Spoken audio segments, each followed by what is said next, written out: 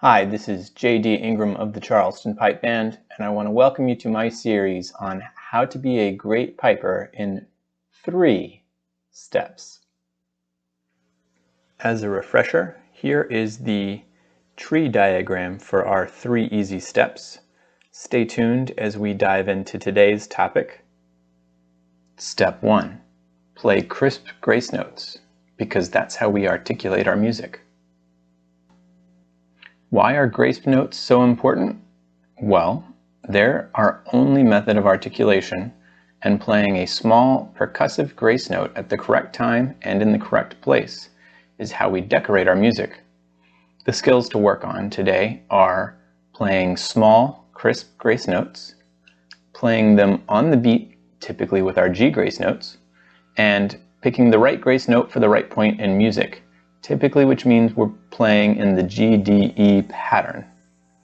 The drills to practice these skills are practicing control of grace note fingers by tapping familiar rhythms, strengthening those fingers by lifting, like lifting weights, but with a rubber band, practicing playing a G grace note on the beat by tapping your finger while marching, testing your playing on the beat by recording yourself tapping along with a metronome and comparing the waveform, drilling the GDE pattern over and over again to make it second nature, ingrained habits, muscle memory, and studying your tunes to identify those grace note patterns.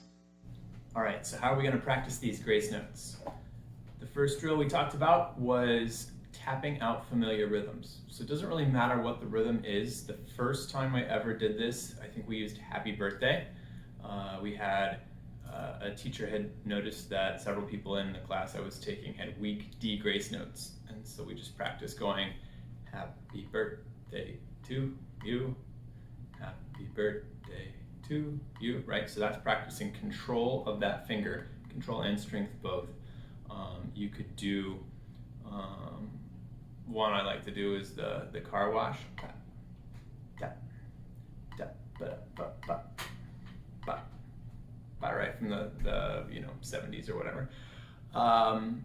Doesn't matter what it is, just do it until you start to feel that burn, right? And you can practice it for your G grace notes, your D grace notes, your E grace notes, thumb grace note, whatever. You can do it for your pinky finger if you're practicing burls. You got a weak burl. But yeah, so that's a focused on control, but also helps with strength a little bit in there too. If you find that you're really starting to have trouble, and this is more of an extreme one, use a rubber band to add resistance. So you can wrap a rubber band around the chanter.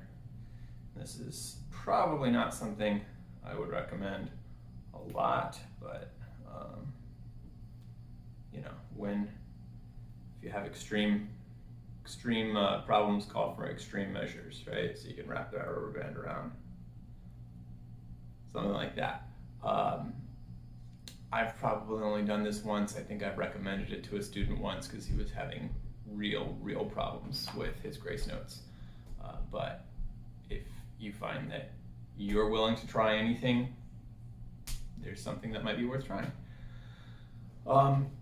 Focusing on tying the grace note to the beat, G grace note especially. Tapping along, getting your metronome going. So I can pull up a metronome here at, let's do a nice easy march tempo. How about a 77 beats a minute? Sounds good. There it is, and just tapping along, G grace note.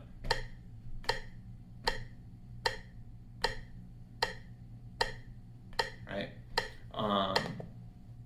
And combining that with marking time, making sure that that G grace note's falling when your feet are hitting the ground, so you can tie that external indicator of the beat to your internal indicator of the beat, your feet, to your musical indicator of the beat, which is that G grace note. Then the next one was testing yourself on that. So I did this actually trying to clap along to the beat. This is one that is pushed by the Piper's Dojo, or has been in recent times, where you test yourself and you see if you can get that. You should get a audio recorder. I think most phone audio recorders will have a little waveform. I used Audacity for the one that I was doing, but I made a recording of a metronome, and then I clapped along to the recording of the metronome 3 separate times and recorded it on 3 separate tracks. And then I lined them all up and played the metronome and myself 3 times to see if it would line up. And it was interesting the times that it did and the times that it didn't. I'll cut to a quick shot of my waveform real quick. So here's that shot of the waveform. As you can see here, this line, this green line, indicates I've just added in post, and it shows that I was pretty well smack on 3 times in a row. Within a couple microseconds, I clapped at the exact same time. And then if you look at over here, this time I was not quite as close. You can see one of the 3 takes, I was finishing the clap about the same time that in the other 2 takes I was starting making a clapping noise. And if you want to listen along, this is a different part of that same recording, but you can hear here.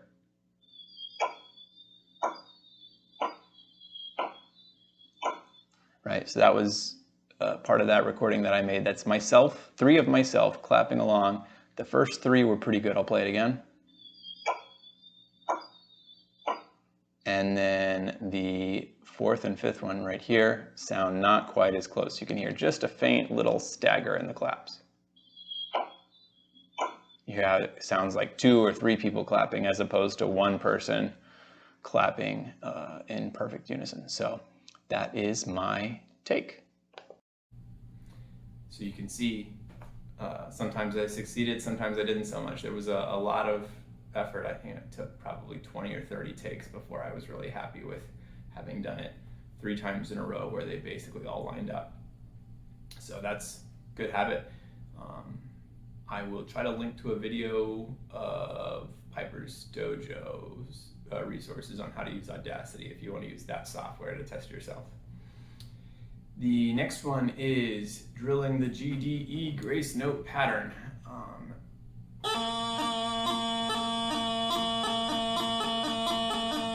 That should hopefully already be second nature. If it's not, there's drills out there. We'll have some drills on the next slide. If you're bored of drills, find some jigs with a lot of repetitive notes, because there's a lot of jigs out there that use that pattern. One of my favorites is the 3rd part of Patty's Leather Breeches. If you're playing it in the key of B,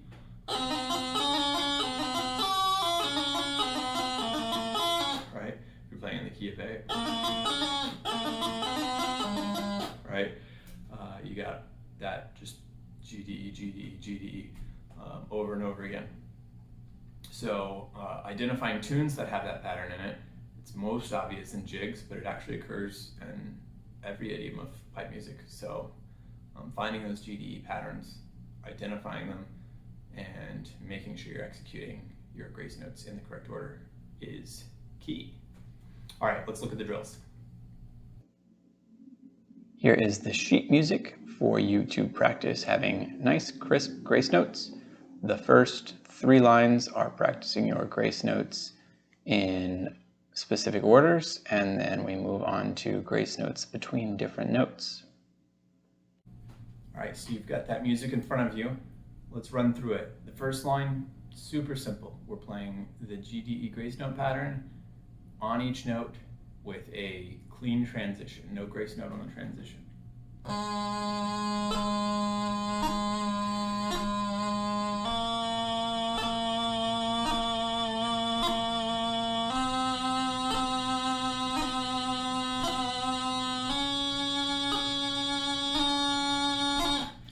This is the babyest of baby steps. If you're still having trouble with grace notes between different notes, that's your kind of first step to drilling the GDE pattern. You can do it with just G, D grace notes. And then we can take it up a step by adding the G grace note on the note transition. And then making it G, D, E. Alright, so that's the first 3 lines that we saw on the previous slide. And then we take things a little more complex, so we go through every single note transition that's possible. So we've got G grace notes.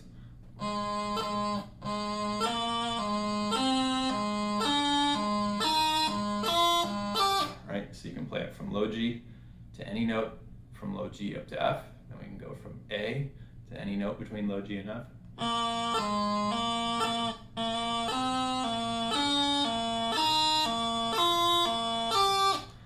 And then from B.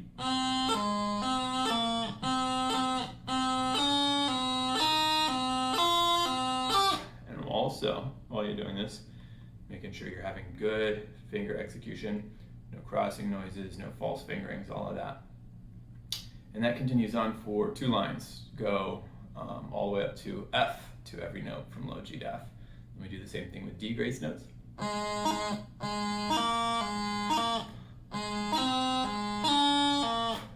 then from A.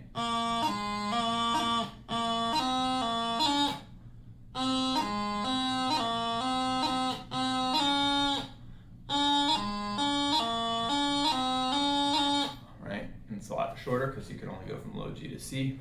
Same pattern with E grace notes, and that's from low G working your way up to D. And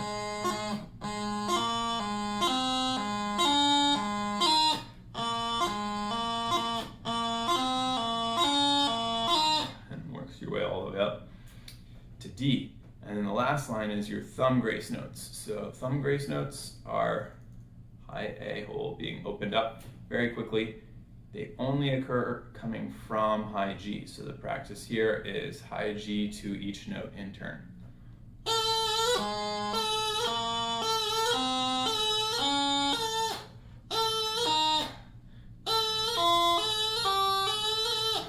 Right. That was not a perfect run. If I was actually practicing right now for myself, I would go back and hit a couple of those middle ones again because I was not prepared for that. Full disclosure.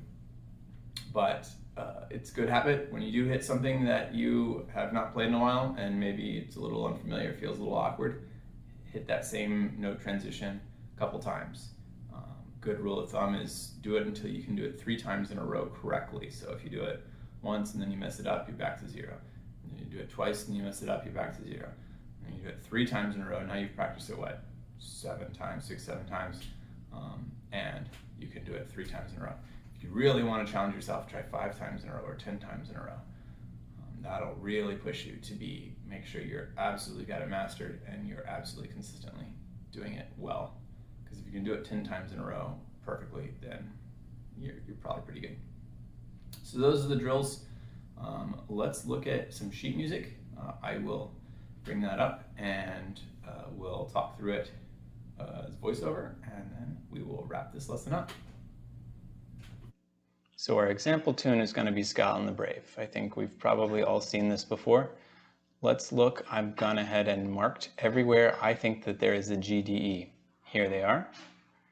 Look at all of those arrows. So there's a GDE, and not just in obvious places. If you think about what a torlua is, it's a low G, D grace note, E grace note back to low A, right? So that's part of a D and an E grace note in the wider GDE grace note pattern. A doubling is a G grace note and a D grace note on B's or C's. I've kind of fudged and added a couple where I think it would have an E grace note if it wasn't to an E where you can't play an E grace note. So I've added those with the little yellow arrows. But that's what, 1, 2, 3 in the first bar, 1 in the second bar, 2 in the third bar, 3, 4, 5, 6, 7 in the second line. This tune is full of them. So go through, and if you're having trouble identifying this, go through and take the same exercise on your own music and highlight these places where this pattern exists, because it is everywhere. In summary, Today we talked about how to be a great bagpiper, part of step 1, having good fingerwork, part 2, playing good embellishments, and the first step of that, having nice crisp grace notes, because that is the bagpiper's chief method of articulation. Keep at it. Have a good day, guys.